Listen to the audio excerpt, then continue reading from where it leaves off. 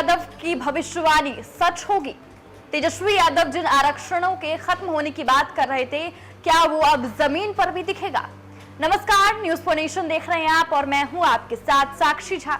देखिए, बिहार में जिस 65% आरक्षण को खुद बिहार के मुख्यमंत्री नीतीश कुमार ने सदन में पारित किया था, उसे हाईकोर्ट ने उस याचिका को खारिज कर दिया और उसके बाद से एनडीए की सरकार जो है वो अब आरक्षण के मुद्दे पर घिरते हुए नजर आ रही है। देखिए, नेता प्रतिपक्ष तेजस्वी यादव चुनाव से पहले ही बोलते हुए नजर आ रहे थे कि अगर तीसरी बार एनडीए की सरकार बनती है तो आरक्षण खत्म हो जाएगा, संविधान खतरे में है। लेकिन ये तमाम बातें जो है वो कहीं ना कहीं सच होती नजर आ रही है, क्योंकि जिस तरीके से हाईकोर्ट का ये फैसला आया वो कहीं ना कहीं जमीनी स्तर पर तेजस्वी यादव की बातों को सही साबित करते हुए नजर आ रही है। लेकिन क्या है इनसाइड स्टोरी? क्या तेजस्वी यादव की भविष्यवाणी सच है? आइए हम आपको बताएंगे इस वीडियो में।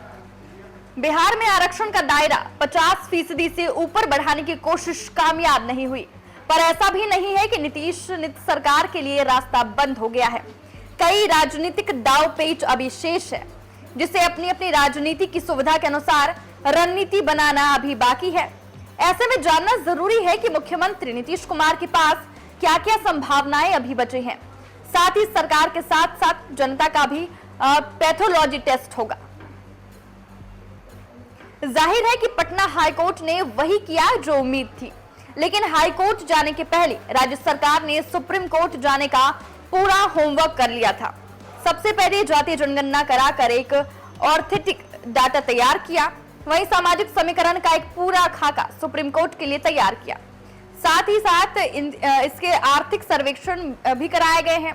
इस सर्वेक्षण में बिहार अत्यंत गरीब राज्य की कैटेगरी में दिखाया गया है। इससे एक नैतिक जिम्मेदारी बनती है कि पिछड़े दलित को कैसे विकास के रास्ते लाया जाए। ये सावधानी इसलिए भी है कि इसके पहले सुप्रीम कोर्ट ने राजस्थान, महाराष्ट्र सरकार के द्वारा 50% से ज्यादा आरक्षण बढ़ाने के कारण रद्द करना पड़ा था और वजह यही बताई गई थी कि जाति के किस आंकड़े के कारण आरक्षण फीसदी बढ़ाया।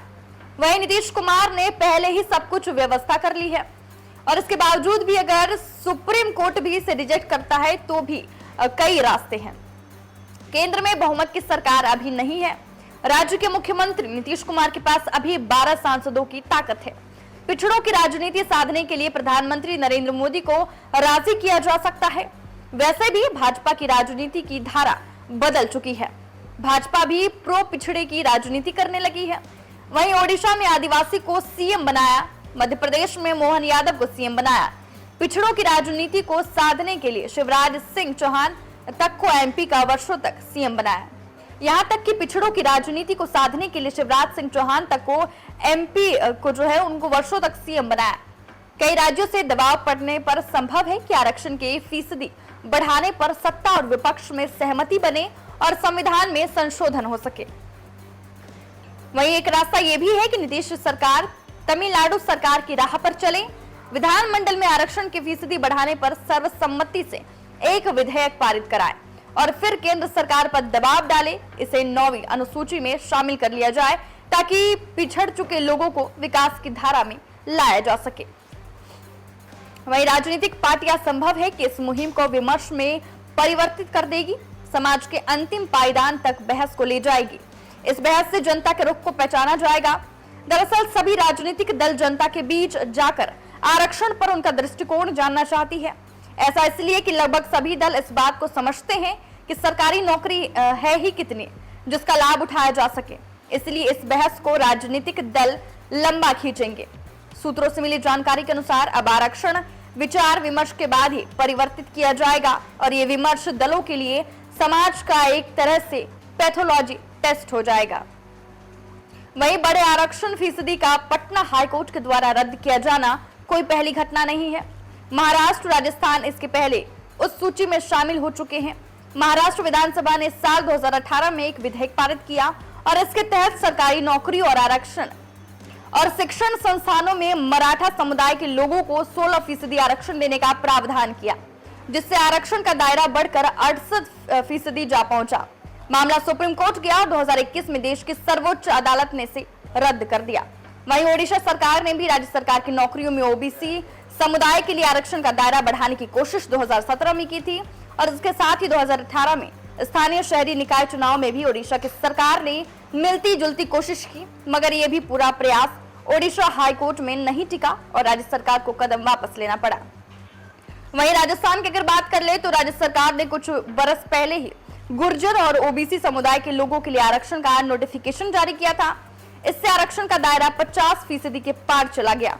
मामला उच्च न्यायालय से होता हुआ सुप्रीम कोर्ट पहुंचा।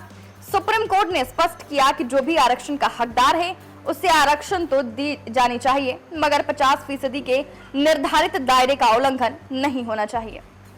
तो देखिए, जब से हाईकोर्ट का ये बड़ा फैसला आया है, आरक्षण की याचिका को खारिज करने का फैसला आया है, तब से लगातार जुबानी जंग छिड़ी हुई है। एक तरफ जो है बीजेपी की तरफ से इस मुद्दे को डिफेंड किया जा रहा है, तो दूसरी तरफ जो विपक्ष के नेता है वो इसको लेकर लगातार एनडीए की सरकार पर निशाना साध रहे हैं।